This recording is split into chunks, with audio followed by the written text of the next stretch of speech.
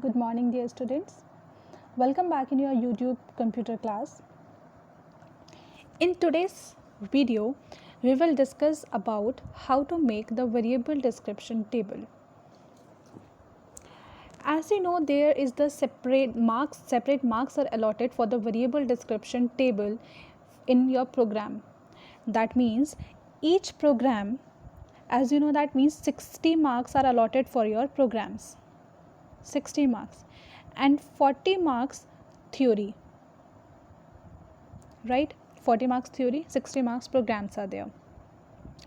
Then you have to attempt 4 questions out of 6 in the program, and for each and every program you have to make the variable description table, and it depends how many mark it carries, because if your question comes in 15 marks, then accordingly variable description table marks will be there. That means around 4 to 5 marks, depend करता है उसमें भी 4 to 5 पे, क्योंकि उसमें क्या होता है कि जितना वेरिएबल ज़्यादा होंगे उस हिसाब से वेरिएबल डिस्क्रिप्शन टेबल के मार्क्स बढ़ जाते हैं. ठीक है. सो ऐसा नहीं है कि 4 मार्क्स आर फिक्स्ड और 5 मार्क्स आर फिक्स्ड और 3 marks are fixed. Accordingly depends on the number of variables the marks will get distributed for the variable description table and for the program individually, right? Next thing is, if the question will if one program, that means if one program will come in 2 parts, likewise 7 और 8, total कितना हो गया 15. क्योंकि कई बार क्या होता है, programme इतने छोटे होते हैं कि उनको 15 मार्क्स में नहीं दिया जा सकता. So in case there may be 2 parts in one question. एक क्वेश्चन में 2 पार्ट हो सकते हैं, एक क्वेश्चन 7 मार्क्स का, एक क्वेश्चन 8 मार्क्स का, ये दोनों क्वेश्चन 7.5 मार्क्स के. सो उस केस में जो वेरिएबल डिस्क्रिप्शन टेबल होगी उसके लिए डिफरेंट मार्क्स अलॉट हो जाएंगे. यानी कि उस केस में आपकी जो मैक्सिमम वेरिएबल डिस्क्रिप्शन टेबल होगी वो 2 या 2.5 मार्क्स की होगी. Got it. लेकिन अगर क्वेश्चन 15 मार्क्स में आता है तो आपकी जो वेरिएबल डिस्क्रिप्शन टेबल होती है दैट कैरीज 4 और 5 marks. Fine. So if you are that much weak in the program portion, so at least you can make the variable description table or not. At least you should know how to make it. The second thing is that if your program is incorrect and you made the variable description table correct, then you will get 0 marks in the variable description table. That is the most important point.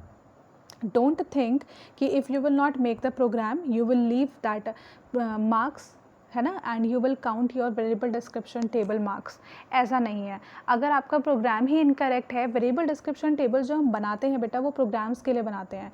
अगर आपका programme ही incorrect है, आपके variables ही incorrect हैं, तो फिर variable description table पे आपको कैसे मार्क्स मिल सकते हैं, है कि नहीं.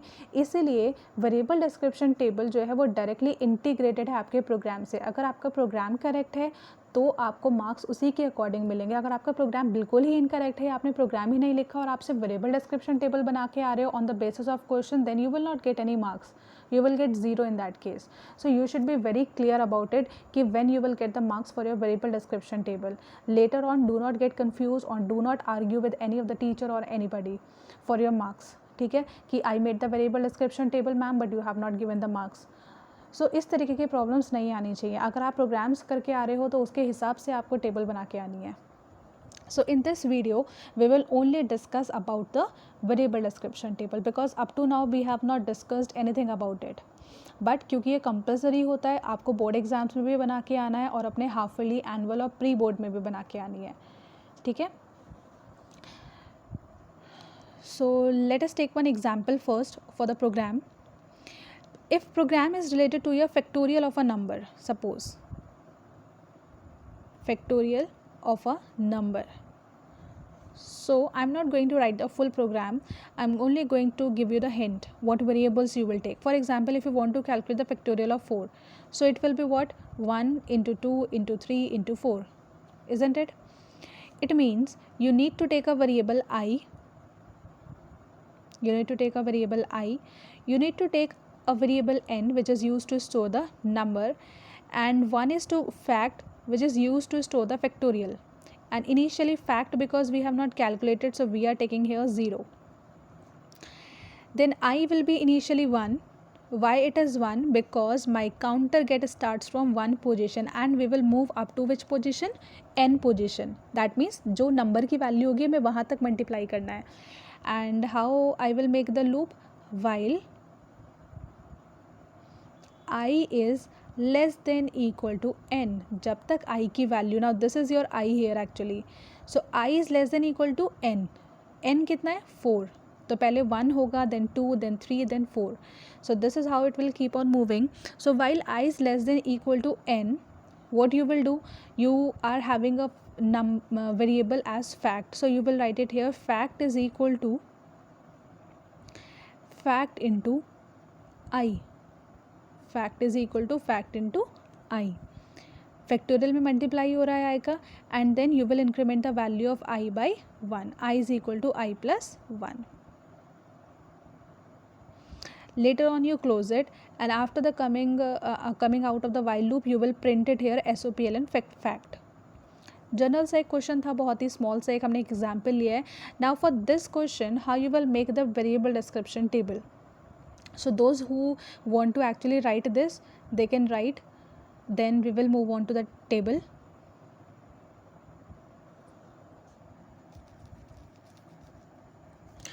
Pause the video and write it.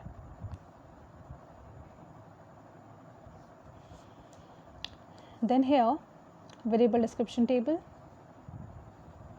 make a proper tabular form. First important thing, पूरा आपको tabular form में ही बनाना है जैसे given है, right? Then make here 3 columns.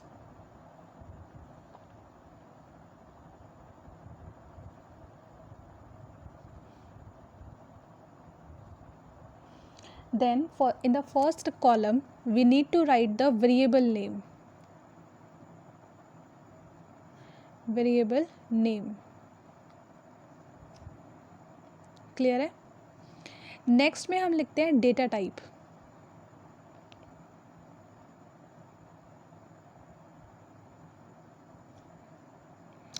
Then in the next one I will write the purpose, that why I am going to use this variable.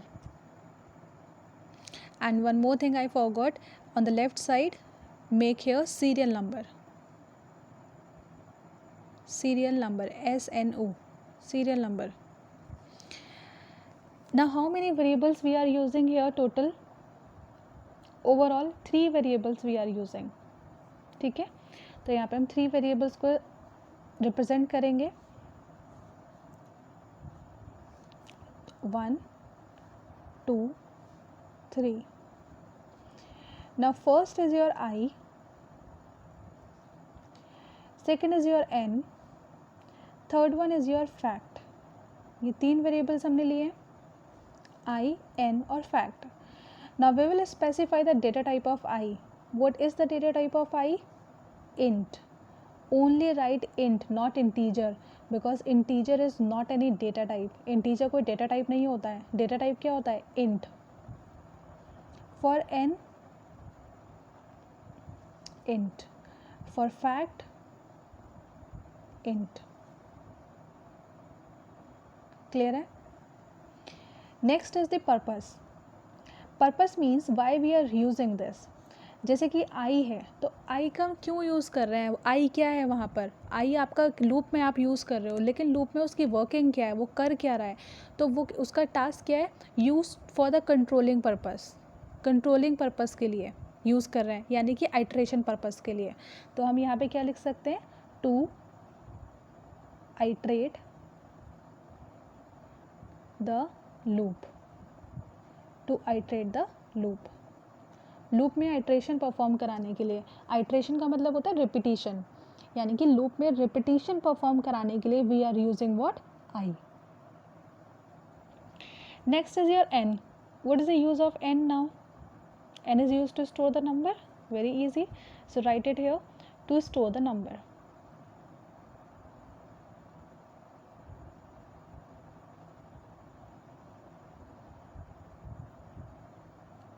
Clear है? Next is your fact. What is the use of fact? Fact is a variable which is used to store the factorial of a number. So what you will write here? 2 calculate and store the value of factorial.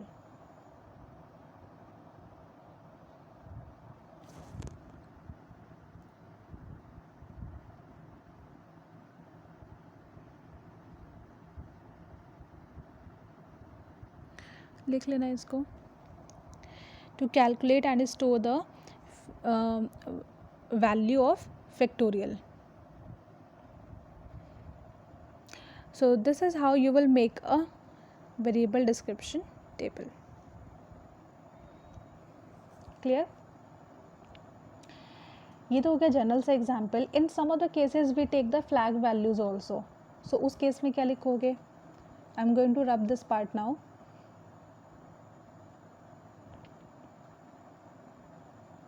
देखो, जैसे कि prime number का question होता है ना. Prime number में हम क्या करते हैं? We count, that means we count the total number of factors. हम क्या करते हैं? हम काउंट करते हैं ना कि इफ़, अगर आपको याद हो कंडीशन लिखते हैं हम इसमें, if N mod I is equal 0 then flag की वैल्यू हम कर देते हैं 1. और फ्लैग की वैल्यू 1 होने का मतलब क्या हो गया? कि हमारा नंबर प्राइम नहीं है. क्योंकि फ्लैग 1 हो गया, इसका मतलब क्या हुआ? कि आपको कोई ऐसा नंबर मिल चुका है जो कि n को डिवाइड कर रहा है. और प्राइम नंबर कौन से नंबर होते हैं? जो किसी से डिवाइड नहीं होते. लेकिन यहाँ पे आपका जो ओरिजिनल नंबर n है वो किससे डिवाइड हो चुका है? i से डिवाइड हो चुका है. और अगर ये i से डिवाइड हो गया तो फ्लैग की वैल्यू कितनी हो गई है? 1 हो गई है.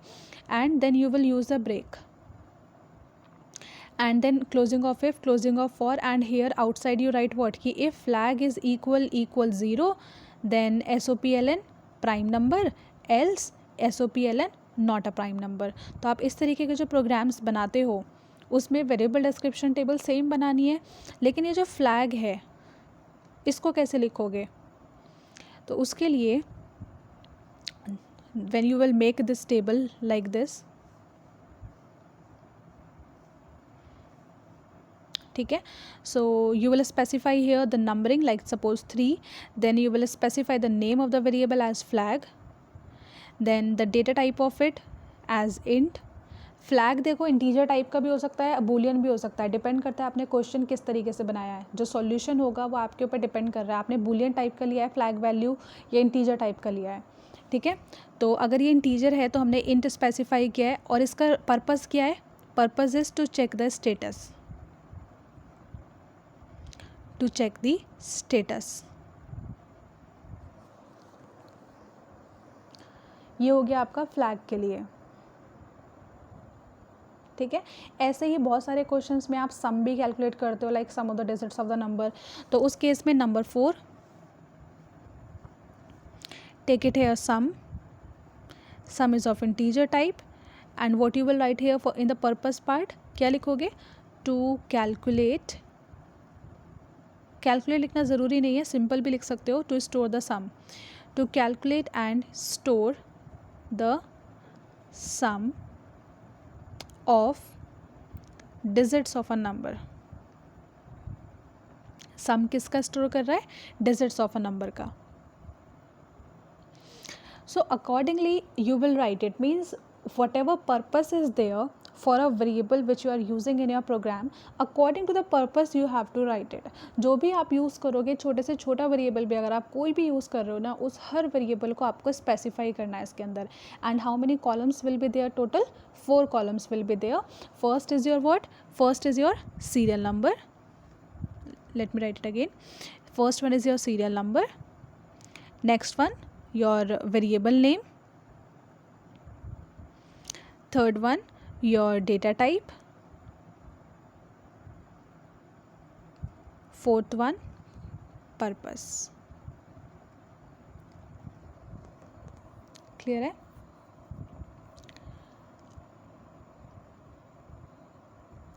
इसी तरीके से कुछ काउंटर वाले भी आते हैं, जैसे जिसमें आपको कुछ काउंट करना है. जैसे हम लिखते हैं ना C++ काउंट करते हैं कि जैसे कि काउंट करना है कि write a program to input a number and count the total number of digits. तो हम लेते हैं ना C. तो वहाँ पे आप इस तरीके से भी ले सकते हो, जैसे कि ये लिया आपने 2, यहाँ पर C and it is of integer type. और इसका पर्पस क्या होगा? To count to count total number of digits.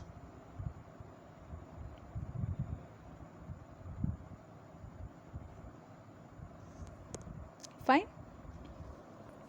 So here we have completed our variable description table. So remember it, in every program आपकी specification होगा question paper के अंदर कि make the variable description table. So do not ask this thing in the examination hall that we have to make it or not. Do not get confused. लिखा हुआ है, लिखा हुआ नहीं है, आपको ये बोर्ड एग्जाम्स में क्योंकि बनानी है तो आपको हाफरली में, एनुअल में, प्री बोर्ड में, सब में आपको वेरिएबल डिस्क्रिप्शन टेबल बना के आनी है. क्लियर है ये सबको? ये दोबारा नहीं बताया जाएगा. वेरिएबल डिस्क्रिप्शन टेबल आपको यहाँ पे ये कंप्लीट हो चुका है topic, right? So that's all for today. Thank you.